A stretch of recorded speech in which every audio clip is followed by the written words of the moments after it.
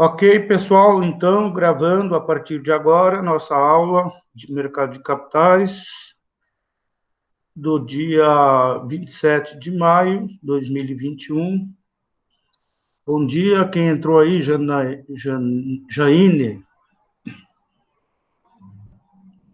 Bom dia, professor. Então, Évila, como eu ia dizendo, é renda variável. É muito mais confortável você ter a sua poupança numa renda fixa, por exemplo, que você sabe quanto vai render ao mês, se for pré-fixada, se for pós-fixada. Você tem, como agora tem uma tendência do aumento da taxa Selic, por conta de ameaças de inflação e outros motivos, então, para quem aplicar numa renda fixa pós-fixada, então, a remuneração mensal dele vai ser de acordo com a desculpa, com a taxa básica, que é a Selic, que é balizada pela taxa básica de juros, que é divulgada pelo Copom nas reuniões deles de 45 em 45 dias. E o Banco Central já deixou, e o próprio Copom, Comitê de Política Monetária, já deixou mais do que evidente, já deu sinais de que ele pode ir aumentando ainda mais até o final do ano. O mercado está esperando aí uma Selic de em torno de 5% ao ano. Isso vai melhorando o rendimento mensal do pessoal que tem aí aplicações em renda fixa, principalmente nos títulos pós-fixados ou nos fundos pós-fixados. Mas o mercado de ações, que é o foco da nossa disciplina aqui, é renda variável. E como o nome já diz, ela pode ser positiva, pode ser negativa. Esse mês, por exemplo, se eu não tivesse muito sangue frio, eu teria já pulado aqui do quarto andar do prédio. Apesar das 2 primeiras semanas terem sido muito positivas, estava superando aí todos os bons meses de janeiro, fevereiro, março e abril. Depois do dia 11 de maio, por exemplo, eu levei cada pancada aí que, assim, perdas diárias de 70 mil, 80 mil, né? E agora está mais ou menos equilibrando. Esse mês de maio, que vai terminar segunda-feira, por enquanto eu estou com 0,5% de ganho, ainda está positivo. Mas no dia 11 de maio eu faço meu controle, tenho minhas planilhas diárias, fechou o mercado, eu vou lá ver como é que foi. Até o dia 11 eu já estava com mais de 15% no mês de maio. E depois veio pancada. Mas tem explicações sobre isso, não sei se vocês sabem ou se eu comentei, a SLC ela assumiu a Terra Santa, né? Terra Santa é uma sociedade anônima também, tem títulos negociados na Bolsa, e aí eles fizeram um acordo lá em novembro, e a SLC vai assumir, são 7 fazendas aqui no Mato Grosso. Isso foi aprovado pelo CAD, tá? Então, há necessidade da troca de ações. Então, muitos investidores da Terra Santa receberam ações da SLC em troca das ações que eles tinham. E o cálculo foi feito a média dos últimos 60 dias antes de eles assinarem um acordo, que foi lá por novembro, a média dos últimos 60 dias, o preço da SLC era 25. Significa o quê? Todos os investidores da Terra Santa, agora nesse mês de maio, a partir do dia 15, tiveram as suas ações da Terra Santa trocadas pelas ações da SLC. Então, eles recebiam ao custo de R$ 25 uma ação da SLC, quando no mercado ela estava sendo negociada a 56. E muitos investidores da Terra Santa, dependendo da quantidade de ações que eles tinham, eles não resistiram. Eu estou recebendo uma coisa que me custou 25, em média 25 e uns quebradinhos, e eu posso vender essa coisa e receber 56. Então, foi uma debandada geral, muita gente realizou, embolsou o ganho da Terra Santa, e por isso mais gente vendendo, a partir do dia 15 de maio, as ações despencaram. Teve um dia que caiu quase 10%, no outro dia mais 6%. E aí a pancada foi forte. Tem que ter muito sangue frio, mas tem que entender o mercado. Se você entender a lógica do mercado, né, você... E se tiver um bom coração, né, você não sofre tantos sobressaltos. Tá bom, Évila? Mas vamos criar coragem aí. Tomara que até o final do curso aí você se anime. A gente tem que prestar muita atenção, principalmente nos indicadores econômicos, indicadores políticos. Tudo afeta o mercado de ações. Ele é muito sensível a qualquer notícia aqui. Por exemplo, se saiu lá o PIB da Alemanha, saiu ontem, né, do primeiro trimestre. Caiu mais do que o esperado lá. Isso afeta as bolsas no mundo inteiro. O contraponto é que eles esperam uma melhora significativa no segundo semestre, porque lá parece que a questão da pandemia está um pouco mais controlada e, principalmente, a indústria já está reagindo mais, até por conta das exportações, né? A Alemanha é muito forte na exportação de máquinas, equipamentos, enfim, automóveis. Tá ok? E notícias políticas nem se fala, então, né? E aí, quando eu falo em notícias da seara política, eu não me refiro só ao Brasil, não, tudo afeta. Ontem o presidente dos Estados Unidos ligou para o presidente da China, foi a primeira conversa depois que o Biden foi eleito, né? Resultado, agora de manhã eu fui olhar, a China subiu forte ontem, que agora eles já estão dormindo, né? O mercado deles está fechado, a China subiu forte ontem. E a moeda deles respondeu à altura, também subiu.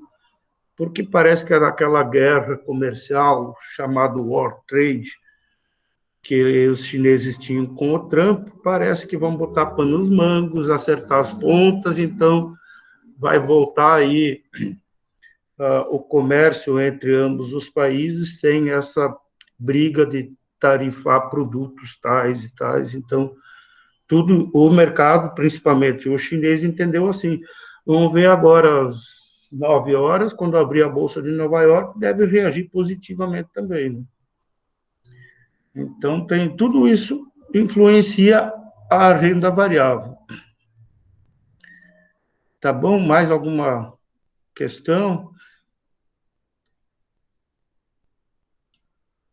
Évila, oi, eu só queria reforçar, tá? Quanto mais você vai, principalmente essa nossa primeira parte da disciplina, que é análise fundamentalista, quanto mais você for se familiarizando com os fundamentos, análise fundamentalista, olhar os indicadores das empresas, endividamento, rentabilidade, indicadores de mercado, quanto mais você for se familiarizando, e melhor fizer a sua análise, menos medo você vai ter de se expor a essa renda variável, que eu garanto para vocês, ela é muito promissora, compensa muito. Eu, principalmente em 2019, que houve essa debandada dos brasileiros, mais de 2 milhões de brasileiros mudaram da renda fixa para a renda variável. Vocês não fazem ideia do que eu recebia telefonemas aqui de pais de ex-alunos pedindo dicas, opiniões e não sei o quê. A vontade que dava de dizer era assim, ó, pergunta para o seu filho, para a sua filha, para rever lá os cadernos, os textos lá que foram passados na disciplina, mas lógico que eu não respondia dessa forma, né? Mas muita gente fica insegura assim. E, enfim, entendendo, eu enfatizo essa questão da permitir, alguém querendo entrar, Eu enfatizo essa questão da análise fundamentalista, porque vocês sabem, para quem, pelo menos para quem já avançou um pouco aí na leitura dos slides, que tem duas escolas de análise nessa renda variável, né? Tem os grafistas, ou chamado também a escola técnica, né? Que ela normalmente é do pessoal que está no batente aí no dia a dia, nas mesas de operações, de corretoras, e eu já trabalhei em corretora, então eu sei como esse pessoal analisa, né? Eles tomam as decisões com base em gráficos diários, mensais, semanais, enfim, veem os gráficos, deixam pistas, né? E de como, com base nas pistas, nos passos deixados pelo movimento das ações representada por um gráfico, eles estimam o preço futuro, seja o preço para hoje, que a bolsa vai abrir, seja o preço para daqui a uma semana, seja o preço para esse mês ou para o ano, enfim. Então, os grafistas, eles tomam as decisões única e exclusivamente com base nos gráficos. Por isso que eles são chamados de grafistas. E é uma forma muito mais confortável de você tomar decisões rápidas do que a análise fundamentalista. A análise fundamentalista é mais trabalhosa, ela implica que você tenha que ter um mínimo de conhecimento na contabilidade, por isso que no nosso curso tem 2 disciplinas de contabilidade, né, para você entender o que é um lucro líquido, uma margem líquida, o que é o patrimônio líquido, e olhar aí a evolução, e esses dados fundamentalistas, eles dependem de balanços das empresas. Então, eles não são diários ou instantâneos, né? As SAs têm a obrigação, de acordo com a nossa legislação, de publicar balancetes trimestrais e o balanço anual. E o balanço anual, por exemplo, de 31 de dezembro de 2000, passou a ser divulgado lá por finais de março desse ano. É o que a gente chama no mercado de temporada de balanços. Aí os investidores olham os resultados apresentados pelas empresas no exercício fiscal anterior e tomam as suas decisões. Mas eu tenho ali algumas dicas, tem um slide aí que eu acho que eu chamo de plano de trabalho, né? Que eu passo algumas dicas aí para vocês terem mais segurança na tomada de decisão de se aventurar nesse mercado. Mas, de qualquer forma, eu já digo, tem muitos sites aí que eles oferecem simuladores de aplicações em bolsa. Eu, na disciplina, quando era presencial, ao longo da disciplina, eu fazia uma simulação de aplicação em bolsa com os alunos. Eu dava lá uma verba lá de R$10.000. O dinheiro era fictício, lógico, mas as aplicações que eles tinham que fazer eram em ações reais, e todo dia eu processava aquelas planilhas e fazia um ranking lá da posição de todo mundo, de todos os participantes. Então, tem simulações que você pode ir fazendo, e aí você vai pegando o jeito, pegando a manha, e vai perdendo o medo. E se for se aventurar mesmo, a minha sugestão, ou a minha dica é comece com um pouquinho. Não vai se aventurar aí. Teve um caso aí lá, acho que foi no ano passado, eu recebi um telefonema de um pai de uma ex-aluna, ela tinha sido aluna minha, eu acho que há uns 5, 6 anos atrás, e aí ele estava querendo migrar para a Bolsa de Valores, e ela passou o meu telefone, e ele me ligou pedindo dicas. Aí eu não gosto muito disso, né? Então, o volume, a quantia que ele tinha, ele estava reclamando que não estava rendendo muito, que ele estava guardando para a aposentadoria dele. O valor eu posso dizer, porque eu não vou dizer nomes, né? Era em torno de coisa de R$700.000, e ele pedindo dicas que eu desse para ele ir para a Bolsa de Valores. Já pensou se eu dou uma dica furada aí? Por mais bem intencionado que eu fosse, e acontecesse alguma coisa, e ele perdesse 200, 300 mil daqueles 700 mil reais que ele economizou na vida dele. Então, fica a minha sugestão também, não deem palpites ou não ensinem os amigos, sei lá quem, eu já fiz a disciplina com o professor e eu vou dar essa dica aqui para você. Não. Você lidar com o dinheiro dos outros é muito cruel, sabe? É cruel, porque se a pessoa acerta a mão pela sua dica, você não fez mais do que a sua obrigação. Mas se a dica que você deu, e como é renda variável, você perdeu a mão e o caminho foi inverso e a pessoa perdeu, você vai ser sempre culpado.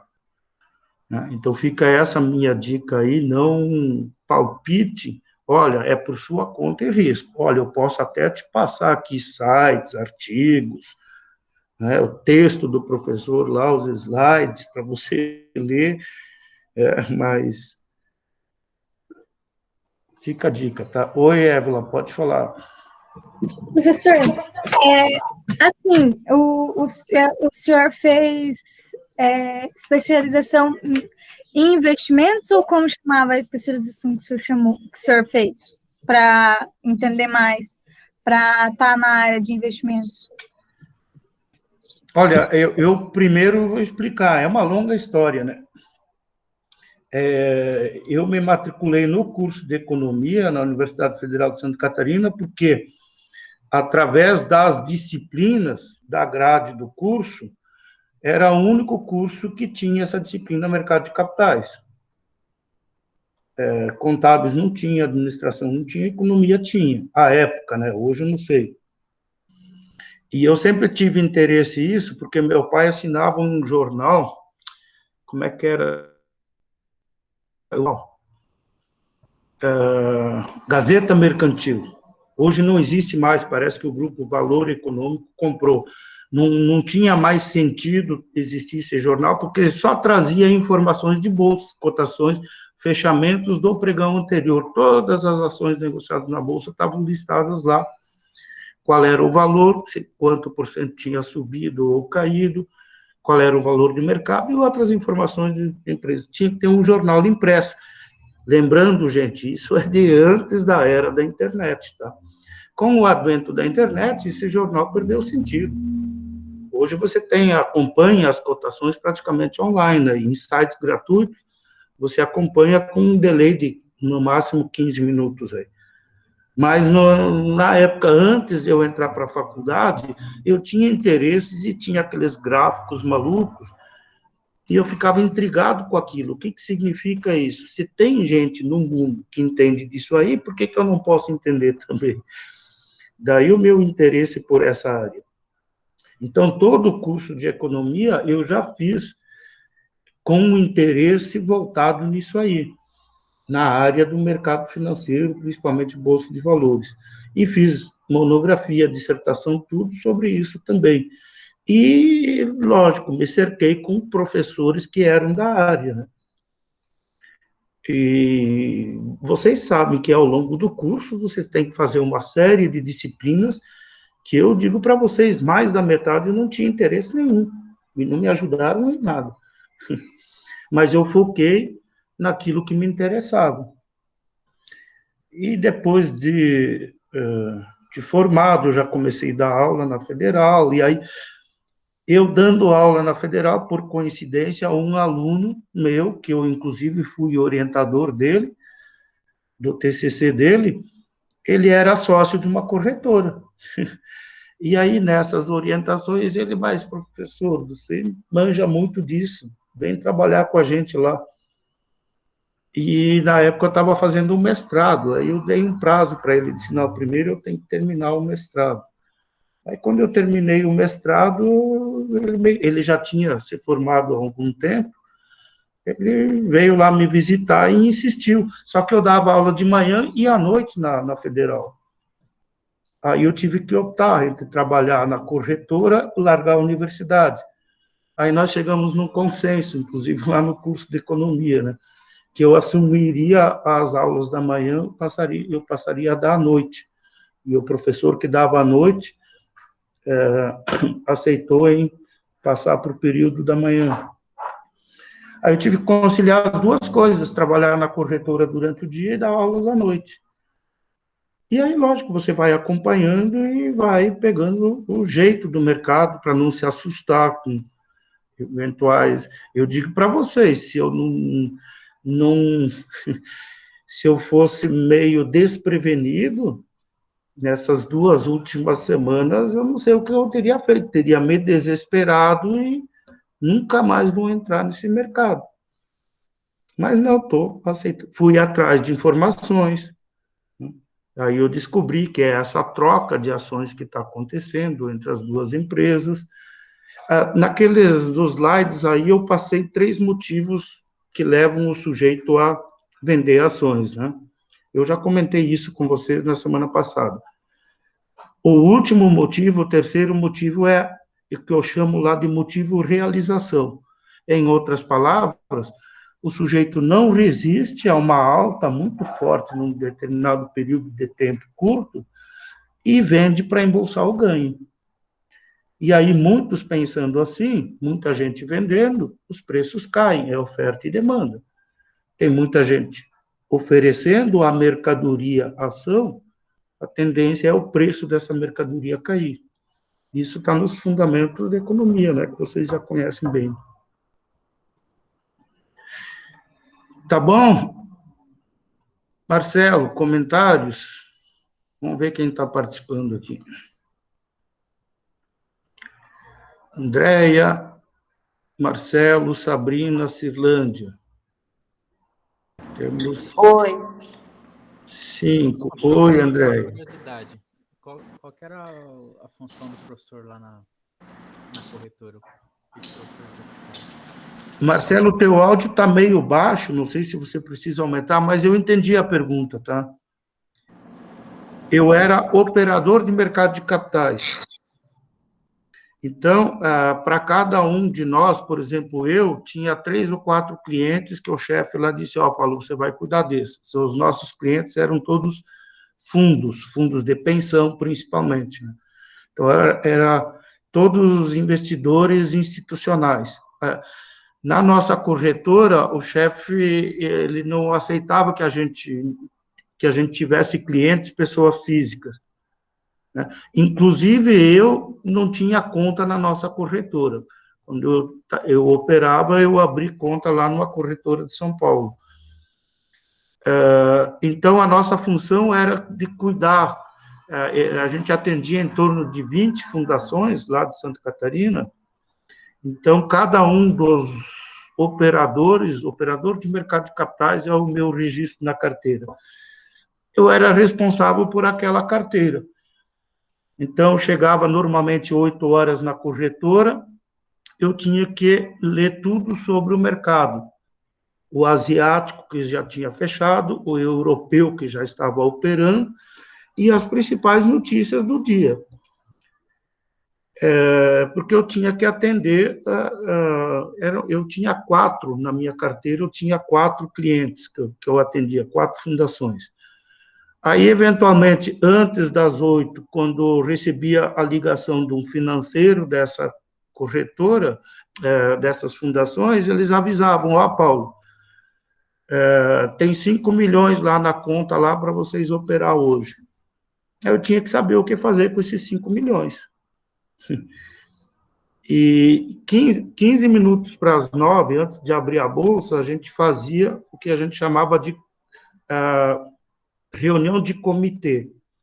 Todo mundo ia lá para a sala do chefe, nós éramos em 6, então já tinha as cadeirinhas lá em torno de uma mesa, e todo mundo, em questão de 15 minutos, cada um tinha que dar um palpite aí do que tinha lido, qual era a sua percepção de para onde ia o mercado naquele dia. E eu, uma vez, bem no início, né, fiquei meio quieto lá, o chefe pediu, e você, o que acha? Eu disse, olha, eu não sei se é importante. Ele disse assim, tudo aqui é importante. O que você leu aí, o que você achou, para onde que vai? Aí eu nem lembro mais o que era lá, eu acho que era coisa do dólar, porque a Argentina estava incomodando muito, só dei assim um palpite do que eu tinha lido num site aí, e pronto, eles começaram e aí tomaram a decisão, hoje o dia é de baixa, hoje o dia vai ser de alta. Daquela reunião nós chegávamos a uma definição.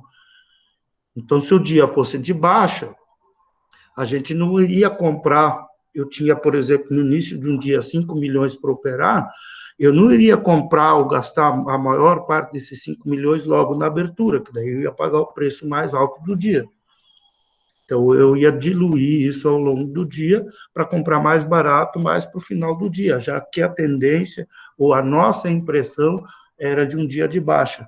Lógico que nem sempre a gente acertava nessa percepção. Quantas vezes a gente saía dessa reunião de comitê, não, hoje o mercado vai para cima. E na abertura, e o mercado até subia um pouco e caía no final do dia. Mas, enfim, é o mercado. O chefe sempre dizia, o mercado é o que é e não o que a gente gostaria que ele fosse. Então, mas isso também, essa tua pergunta, Marcelo, está relacionada com essa questão desse conselho que eu dei antes, nunca palpitem para amigos, orientem amigos, igual, você é por sua conta. Porque era muito comum, toda semana, sextas-feiras, a gente tinha que fazer lá um relatório da semana.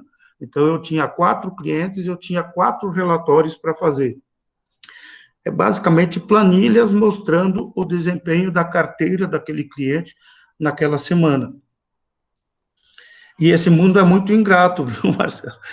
Por isso que eu jamais aceito, já tive tanta proposta aqui de dar aula particular, ou de pessoal que dizia, eu largo tanto dinheiro na tua mão e você administra isso, e é por tua conta.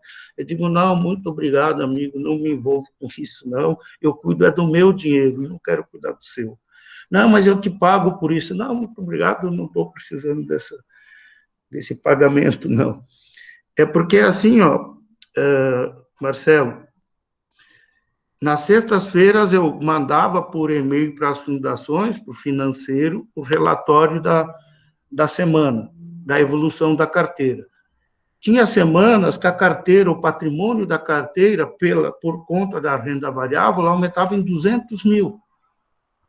E aí, nos sábados, como eu era professor, nos sábados e domingos, ensolarados, numa ilha rodeada por 103 praias, vocês acham que eu ia para a praia? Não, tinha que ficar em casa, corrigindo o trabalho, preparando aula e etc. e tal. E você não recebia ligação nenhuma do pessoal da fundação lá. 200 e tantos mil aumentou o patrimônio da carteira dele. Mas na semana seguinte, caiu em 25 mil, digamos, a carteira. Deu prejuízo de 20... Não é prejuízo, caiu.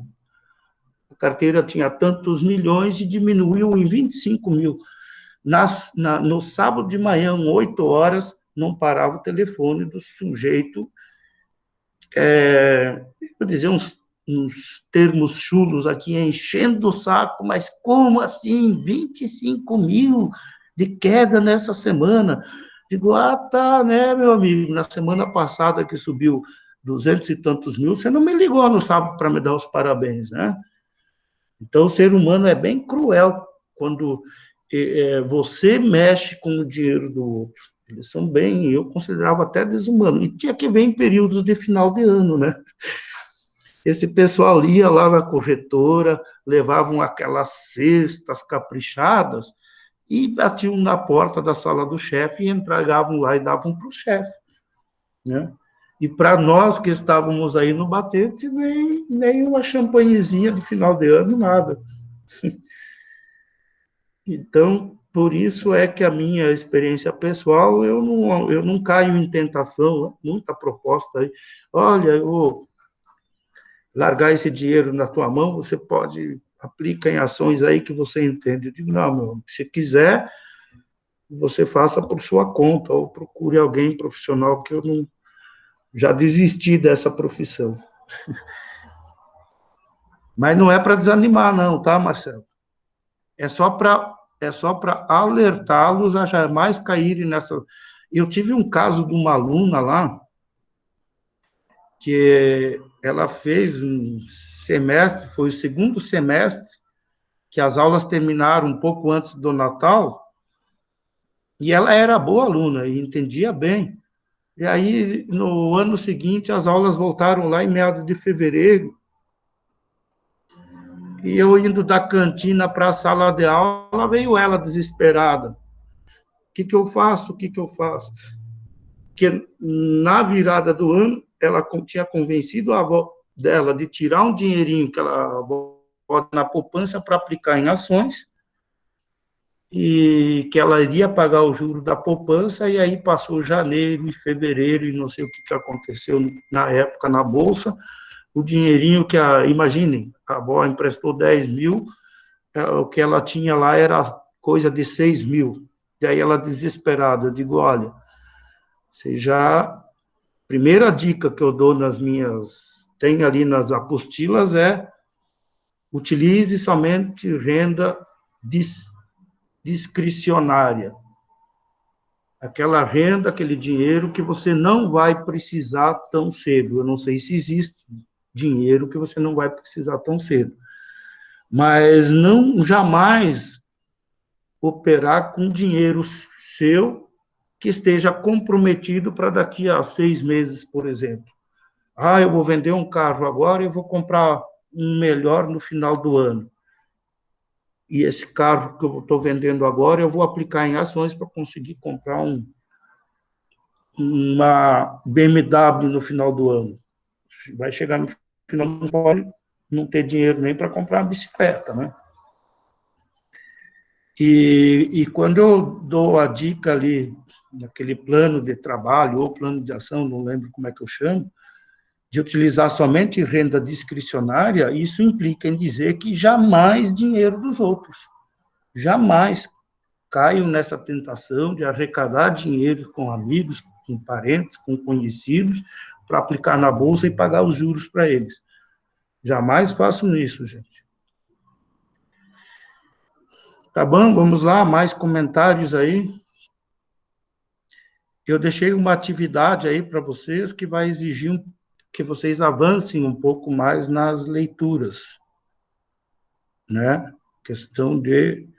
Acho que é a questão lá de marcar verdadeiro ou falso nas afirmações que eu faço lá. Então, repetindo aqui, se vocês tiverem dúvidas sobre alguma questão daquela, vocês podem entrar em contato comigo, ou pelo WhatsApp, ou pelo e-mail. Tá certo? Eu vou avançar um pouquinho no conteúdo, se ninguém mais tem nada para colocar. Vou compartilhar aqui uma tela com vocês.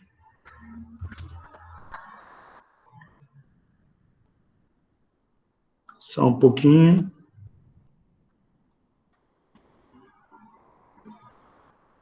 A Évila está acompanhando ainda? Sim.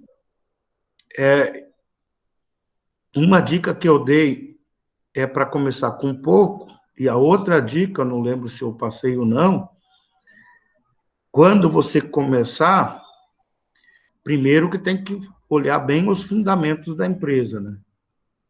E se você escolher bem a empresa, esqueça os preços, não tome decisão com base em preço, nem para comprar e nem para vender. Foque na quantidade. Em você focando na quantidade, foca na quantidade para aumentar cada vez mais aquela quantidade de ações daquela empresa ou daquelas empresas. Quanto maior a quantidade, mais sócio, mais dono da empresa você vai ser. E mais direito à participação dos lucros você vai ter quando ela distribuir dividendos. Focar na quantidade de ações que eu vou comprar, no caso. Oi? Focar na quantidade de ações que eu vou comprar, no caso. Isso. Não precisa sair comprando um montão. Compra um pouquinho e esqueça o preço. Eu sempre digo, quando o preço cai muito, eu não me desespero, eu interpreto pelo contrário. Olha só, posso comprar mais barato do que a última compra que eu fiz. E aí você pode comprar R$ 100 num mês, 200 no outro, na medida do que vai sobrando dinheiro de uma pizza de um mês, você pode ir comprando ações. Na medida em que o tempo for passando e essa quantidade de ações for subindo, você vai ver que qualquer oscilaçãozinha de 1 centavo na bolsa vai afetar bastante o patrimônio da sua carteira, porque você tem muitas ações, né? E aí, às vezes, me pede, pois é, mas aí tem que comprar muito. Não, começa devagar, você não é especialista ainda, começa devagarzinho e vai formando uma carteira. Eu tenho uma sugestão aí, se vocês tiverem como anotar aí, tem muitos vídeos no YouTube de um sujeito chamado Luiz Barsi. Luiz com um S, Barsi, B-A-R-S-I. Ele já é um senhor de uns 70 anos, eu acho. E eu sugiro que vocês procurem no buscador do YouTube, aí ele tem várias palestras aí. Sabem quem é ele? Ele é simplesmente o maior investidor pessoa física do Brasil. Deve ter, porque ninguém sabe, né? Mas ele deve ter coisa de mais de 3 bilhões em ações. Então, imagine o sujeito com 3 bilhões em carteira, ele tem ações, algumas coisas que ele coloca eu não concordo muito, tá? Uma delas é a diversificação. Ele é ferrenho defensor da diversificação. Ele tem muitas ações na carteira dele. Pelas palestras dele que eu ouvi, ele deve ter em torno de 15 ações em carteira. E eu não gosto muito disso, porque umas sobem, outras caem, a tua rentabilidade diminui o teu risco, mas também diminui a rentabilidade. Mas tem muita coisa que ele fala, que eu me identifico muito, é escolher ações que sejam perenes, empresas que sejam perenes, não são empresas de moda, empresas passageiras. Tem setores que ele tem ojeriza, ele não gosta, eu também não gosto desses setores. Por exemplo, um dos setores que eu nunca vou comprar ações é de empresas aéreas, né? Nós temos hoje no Brasil Gol e Azul. Não é nem por causa da pandemia, eu já antes, já nunca. Outro que eu não gosto, ele também não gosta, é de empresas que tenham que os governos sejam os acionistas majoritários, porque aí os governos podem interferir. Quando eu falo governo, não é só o federal, né? Tem estatais de capital aberto, né, listadas na Bolsa aí, inclusive empresas municipais, autarquias, enfim. Tudo que tem interferência de governo, eu também não gosto. E quando ele fala em perenidade, você tem que ter a certeza que essa empresa vai sobreviver por muito tempo. Está aí um dos motivos que me levaram a optar pelo setor do agro, né? Porque aconteça crise daqui ou crise dali, as pessoas vão continuar precisando se alimentar e se vestir. E essa empresa que eu tenho ações, ela produz grãos para a fabricação de proteína animal, né? Milho e soja, e algodão, que é para as pessoas se vestirem. Então, salvo se aparecerem alguns ETs aí e disponibilizarem para o mundo, sei lá, alimentação com base em algumas pílulas aí milagrosas que você não precisa mais se alimentar, enquanto existirem pessoas e a população mundial vai aumentando, vocês sabem disso, a necessidade dessa alimentação e de vestuário também vai aumentando. Mas não é nenhuma dica de investimento, tá? Procurar empresas que... Eu, por exemplo, sou muito reticente à questão do petróleo, né? Eu vou comprar ações da Petrobras hoje, Petrobras tem muita interferência. Primeiro, vocês sabem que a União é o acionista majoritário, os governos podem interferir no preço da gasolina que é vendido no Brasil. Isso pode, vocês sabem disso. Também sofre muita influência de monopólios estrangeiros. Por exemplo, a OPEP pode determinar que vai aumentar a produção de petróleo e pronto. A oferta de petróleo no mundo aumenta, os preços, o principal produto da Petrobras cai. Então, são muitas variáveis externas que podem afetar a empresa, que não as variáveis internas, as endógenas, que é a gestão da empresa, a administração, a eficiência da empresa. Então, eu não gosto de me expor, comprar ações, ser sócio de uma empresa que pode ser afetada por outras frentes que não seja a sua eficiência, a sua produção e a sua gestão. E aí entra muito a nossa análise fundamentalista. Eu vou compartilhar um slide, que hoje eu tenho que falar um pouco com vocês sobre a questão, tem lá nos slides, tem no texto também, sobre essa relação bicausal entre desenvolvimento econômico e mercado de capitais. Vou compartilhar com vocês.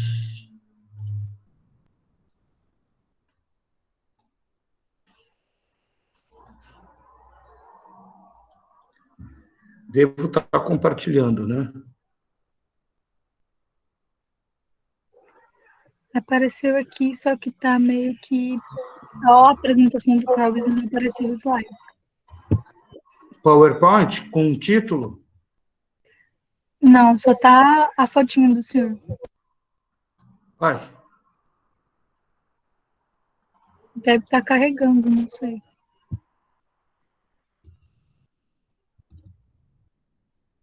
Aqui que está vendo? Aqui diz que está apresentando. Eu vou parar a apresentação, vou iniciar ela de novo.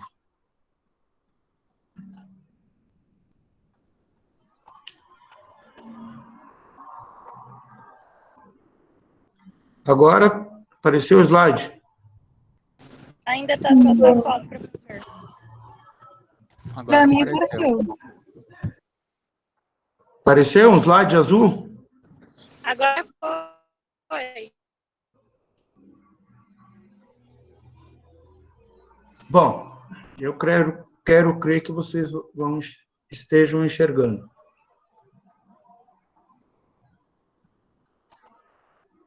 Então, essa relação, gente, entre o mercado de capitais e economias desenvolvidas, eu tinha que compartilhar com vocês para convencê-los de que existe essa relação. Primeiro argumento meu, vocês conhecem algum país que é rico e vocês nunca ouviram falar de uma bolsa de valores desse país?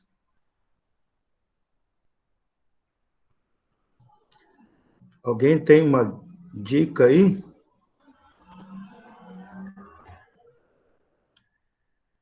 Mas existem sim, gente. Alguém poderia ter me respondido aí, Emirados Árabes Unidos. Vocês nunca ouviram falar da Bolsa dos Emirados Árabes? Eles são muito ricos.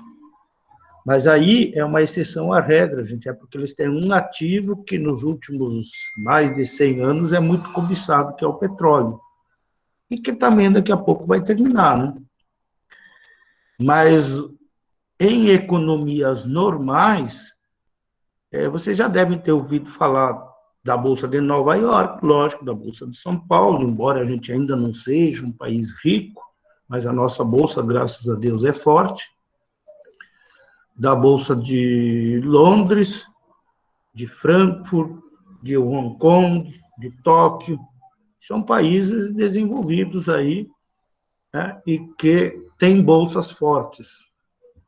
Mas vocês nunca ouviram falar da Bolsa, sem querer que menosprezar nenhum país, tá? Mas vocês não devem ter ouvido falar da Bolsa de Valores do Paraguai, fechou em alta de tanto hoje, né?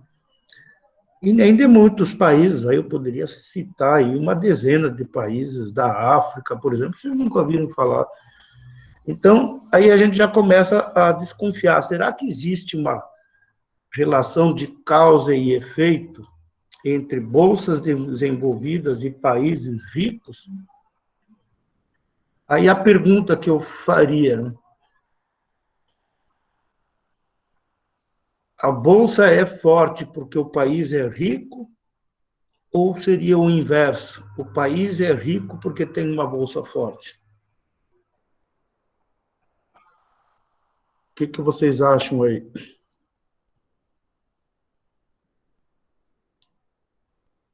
Algum chute aí? O país é rico por conta do mercado de capital desenvolvido. Será que é isso? Vocês podem pensar pelo outro lado também, lógico, lá em Londres tem bolsa forte lá porque os britânicos são mais ricos do que nós. Nova York tem uma bolsa a mais conhecida do mundo porque os americanos são mais ricos do que nós. Então, essa relação de causalidade, vamos discutir um pouco aqui. O que está aí aparecendo para vocês são essas questões básicas da economia, né? Todos os países têm sujeitos lá que são superavitários, têm dinheiro sobrando, ou que têm renda sobrando periodicamente, né? E tem os deficitários, né? Aqueles que precisam tomar recursos emprestados. Continuando, o mercado financeiro em geral, né? Os bancos principalmente, a única função dos bancos é fazer esse meio de campo entre quem tem dinheiro, os poupadores. Vocês têm lá sua poupancinha no banco, você vai lá e deposita R$200 na sua caderneta de poupança, ali no seu banco. O gerente não vai pegar aqueles R$200, botar num cofre, esperando até o dia em que você volte lá para resgatar esses R$200. O gerente do banco vai tomar esses 200 seus, os 500 do outro, os 2.800 do outro, vai juntar todo esse dinheiro e vai emprestar para um comerciante, para um empresário que queira tomar um financiamento, a fim de produzir, gerar emprego, enfim. Então, esse papel de intermediação dos bancos, né, os agentes financeiros, a gente diz em economia que o mercado financeiro é aquele lubrificante das engrenagens da atividade econômica. Faz com que a roda da economia gire de uma maneira mais fácil, digamos assim. Então, de um modo geral, o mercado financeiro, e em particular o mercado de capitais, está ali abreviado MK, mercado de capitais, eles transferem esses recursos de um agente superavitário, quem tem uma poupancinha, uma renda aí que ele consegue poupar por mês, para os outros agentes, os deficitários, aquele sujeito que precisa tomar um financiamento para comprar um automóvel, ou um empresário que deseja construir um armazém de grãos aqui na região do Mato Grosso. E são essas definições básicas de economia que eu acho que vocês conseguem, dando uma olhada ali, vocês conseguem entender bem. Aí, dentro do mercado de capitais, que envolve o mercado de câmbio,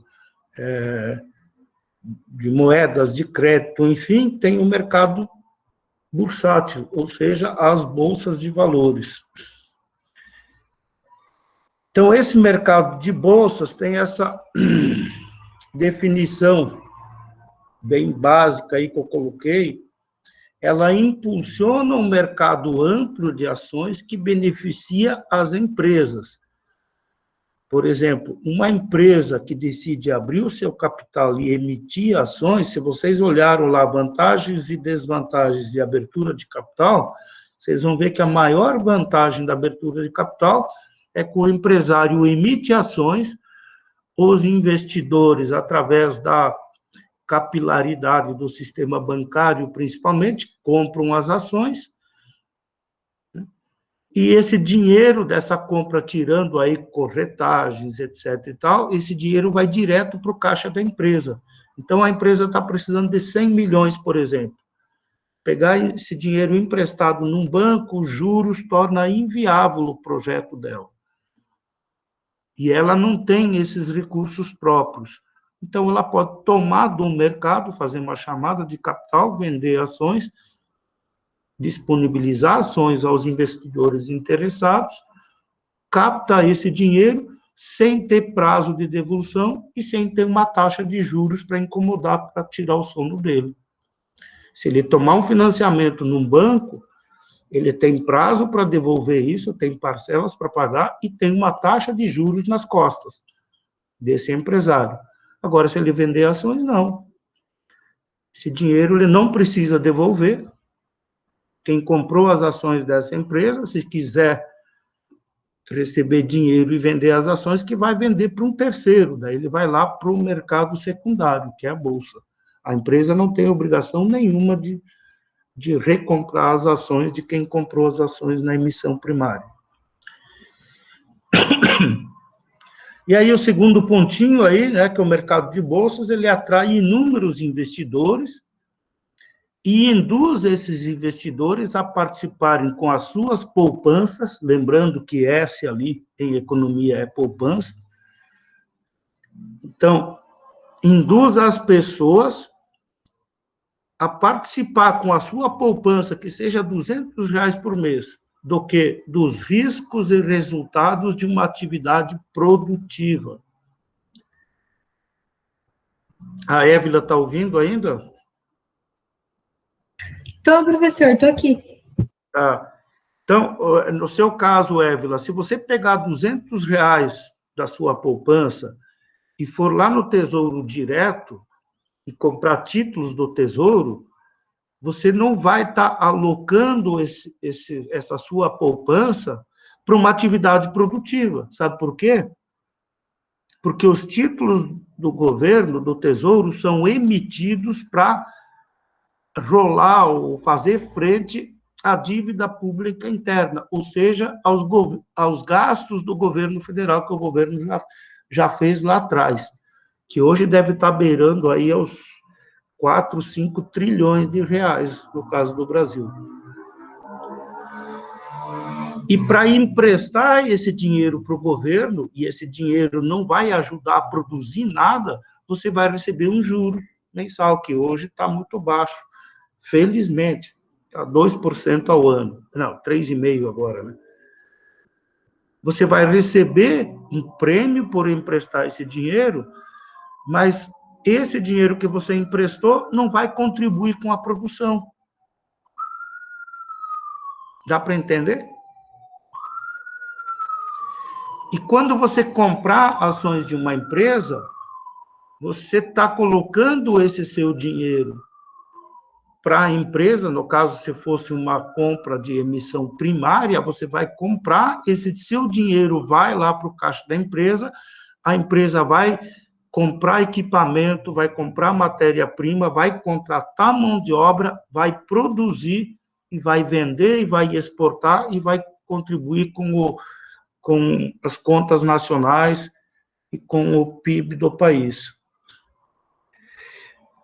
E você só vai receber um prêmio investindo em ações se essa empresa que você comprou as ações, de fato, aplicar esse dinheiro nisso aí e aumentar os lucros dela e gerar resultados.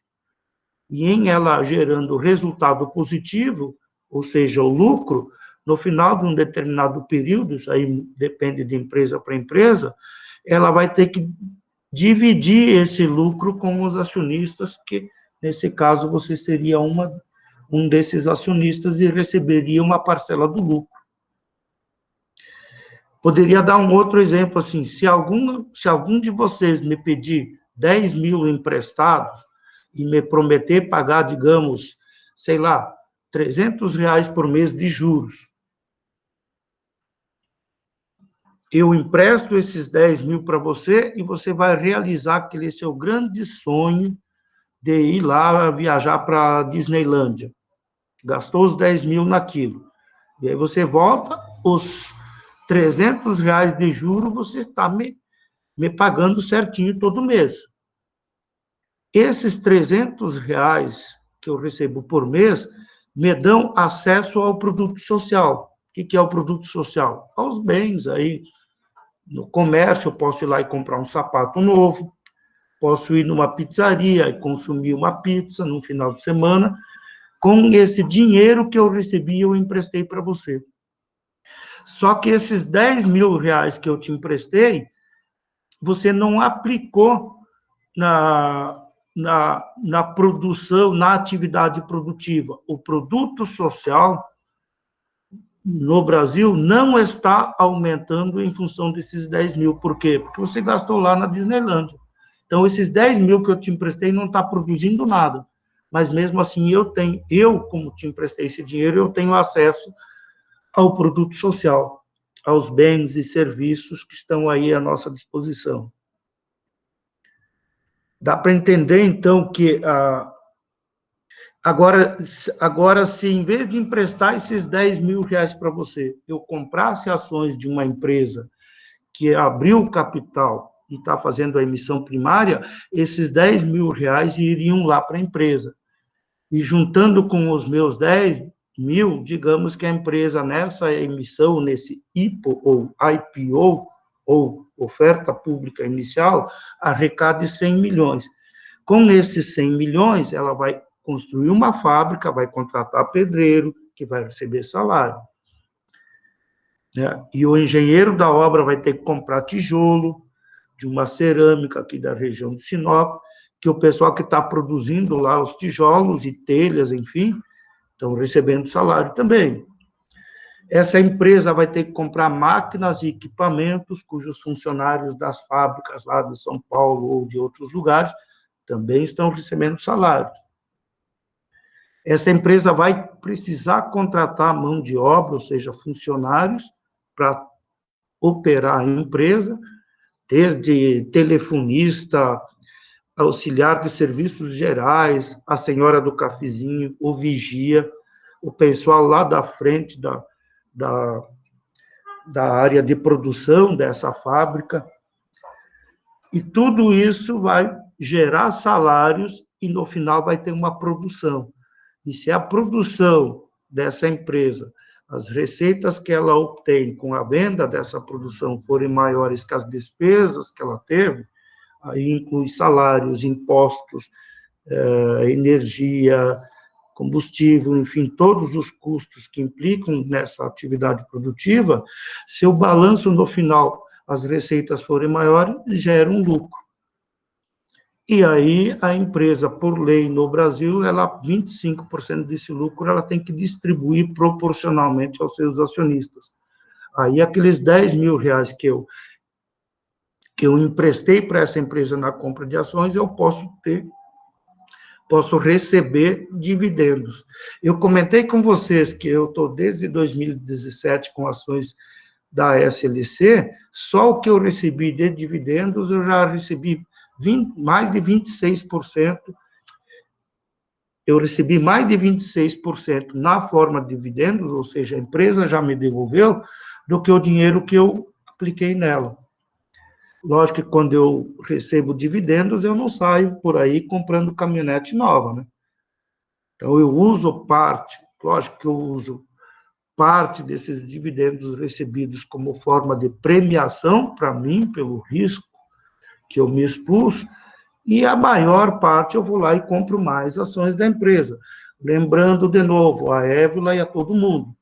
Por quê? Porque o meu foco não é preço, meu foco é quantidade. Quando eu recebo dividendos, isso me permite comprar mais ações, significa que na próxima distribuição de dividendos eu vou receber ainda mais dividendos. Dá para entender a lógica, gente? Sim. Então, acho que eu tenho mais uma observação. Ah, tá. Isso que está em branco aí é o que eu acabei de explicar, tá?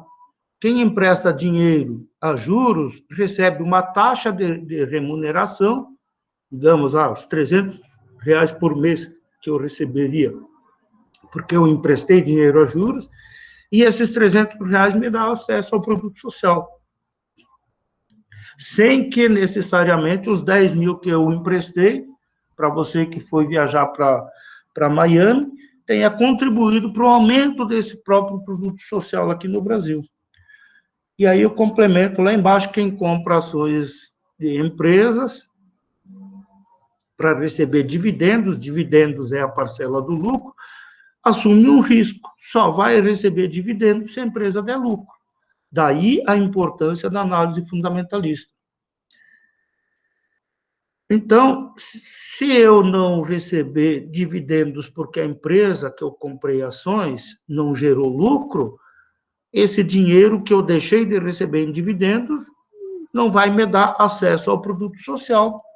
Não vou poder comprar um sapato, consumir uma pizza, porque eu não recebi dividendos. Deem uma olhada bem nesse slide, tá?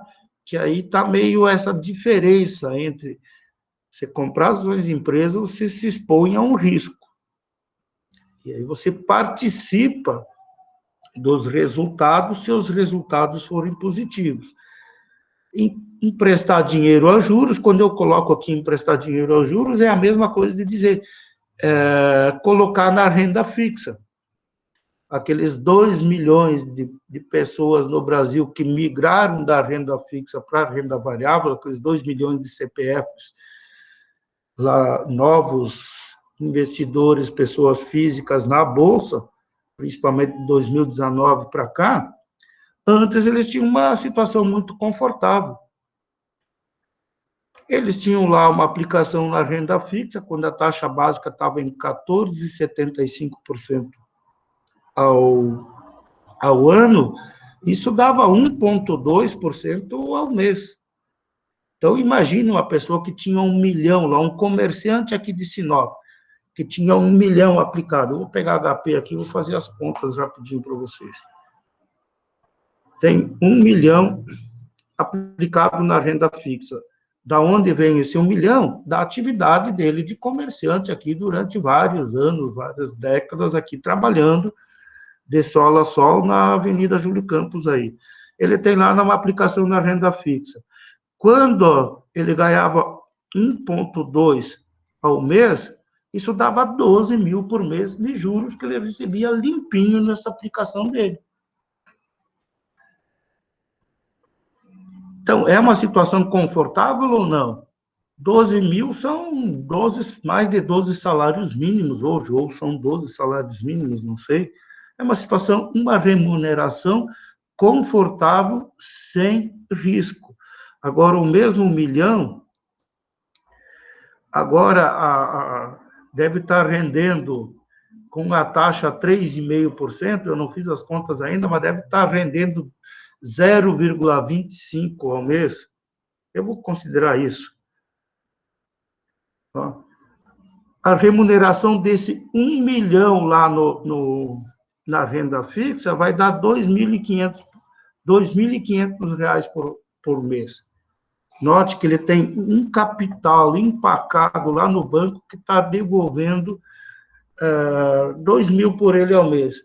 Aí esse sujeito vai pensar, poxa, a essa remuneração mensal, eu acho que é bem mais negócio eu alugar mais uma salinha aqui na Júlio Campos, comprar mercadoria, contratar 2, 3 vendedores, vendedoras, enfim, e botar esse 1 milhão nessa minha filial aqui da Júlio Campos, eu acho que eu vou faturar limpo mais do que 2.500 por mês.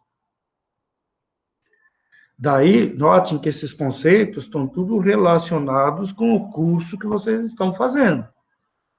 Quantas vezes vocês já ouviram falar que quanto mais baixa a taxa de juros, maior aumentam os níveis de investimento? As taxas baixas de juros agora, esse comerciante vai pensar, poxa, compensa eu abrir uma filial. Em ele abrindo uma filial, ele vai estar pagando aluguel, uma família vai estar recebendo esse aluguel, ele vai contratar 2 ou 3 vendedores, vendedoras que vão receber salários, ele vai estar encomendando mais mercadoria, digamos que seja aí vestuário, lá das fábricas, lá da região têxtil do Vale do Itajaí, enfim, ou de outros lugares. E essas pessoas que estão fabricando essas roupas lá nessas fábricas também recebem salários. Percebam, então, diminui as taxas de juros na economia, aumenta o nível de investimento no lado real da economia. Talvez isso explique por que nos Estados Unidos as taxas de juros do Fed é o banco central deles, hoje estão entre 0 e 0,25% ao ano. Repetindo, entre 0 e alguns títulos dão 0 de juro ao ano. E outros estão rendendo no máximo 0,25% num ano. E o presidente do Fed, que agora me fugiu o nome dele, eu não vou lembrar, ele está anunciando desde o ano passado, que lá eles também têm essas reuniões, tipo o nosso Copom, para decidir sobre a taxa básica de juros. E ele está falando desde o ano passado, do ano da pandemia, do início da pandemia, de que eles só vão, o Banco Central americano só vai aumentar os juros da taxa básica em setembro de 2024, antes não. E ele está mantendo isso, está sendo muito pressionado pelo mercado, porque assim como aqui no Brasil a inflação lá também está botando as garrinhas para fora. Meu Deus, gente, já passou do horário? Meu Deus, me perdi no horário aqui. 9h07 já. E as taxas de juros lá estão baixíssimas. Para quê? Para incentivar investimentos. Incentivando investimentos e também taxas de juros baixas, você incentiva o consumo, mas também incentiva investimento. E em incentivando investimentos, você estimula a geração de empregos e, portanto, mais renda. Azeitar a roda da economia através de política monetária. Aqui no Brasil, infelizmente, nós saímos de 2% e agora já estamos em 3%, e o Banco Central está sinalizando que o mercado está sinalizando que eles apostam numa taxa de juros de até 5% em dezembro, taxa básica de juros. Gente, rapidão, alguma pergunta aí? Eu vou parar essa apresentação. Para a gente fechar rapidão, uma pergunta, algum comentário, alguma... Espero tê-los convencido de que o mercado de capitais, bolsa de valores, os investidores comprando ações, eles estão não só ajudando a empresa quando compra ação direta da empresa na emissão primária, mas estão ajudando a economia como um todo, né? Então, o efeito do mercado de capitais, ele não fica restrito àquele volume que é captado pelas empresas, mas em toda uma cadeia. Imagina uma empresa do setor, aí, uma fábrica de calçados. Tem toda uma cadeia por trás disso, né? Tem lá os pecuaristas, que vão produzir os animais para depois mandar para frigorífico, para abater. Isso vai gerar carne no supermercado e aquele couro vai ser curtido numa fábrica ali e depois vai ser processado para enviar para a fábrica de calçados. Tem tudo isso.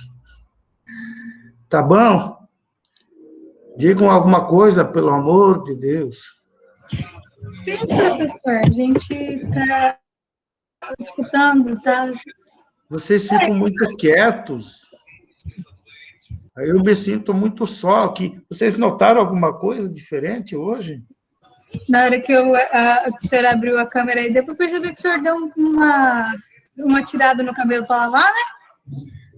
Eu resolvi trocar, porque eu estava meio enjoado já dos cachinhos dourados, daí eu resolvi trocar. Troquei de cabelo. Trocou a peruca, professor.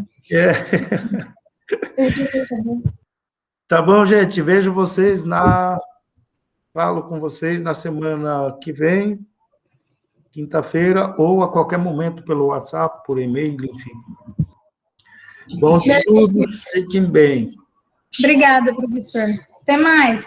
Fique Até bem mais. firme. Tchau, tchau. Vou parar aqui a gravação.